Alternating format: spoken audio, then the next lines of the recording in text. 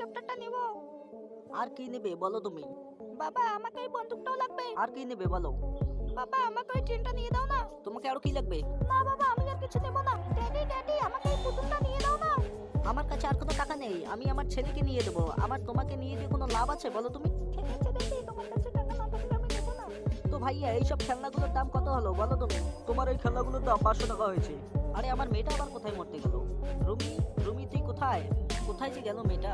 Daddy daddy আমি এসে গেছি। তুই আমাকে না বলে কোথায় মরতে গিয়েছিলি? আর আমি যে তোকে এদিকে পাগলের মতো খুঁজছিলাম, তুই পিছনে ওটা কি লুকিয়ে রেখেছিস?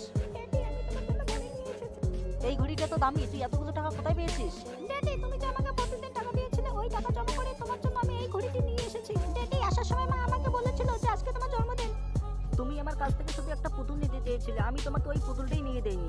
আর তোমার সব টাকা দিয়ে আমার জন্য একটা দামি ঘড়ি নিয়ে আসলে আমার ভুল হয়ে গেছে। আমি আর কোনোদিনও এরকম করবো না তোমার সঙ্গে। এসো আমার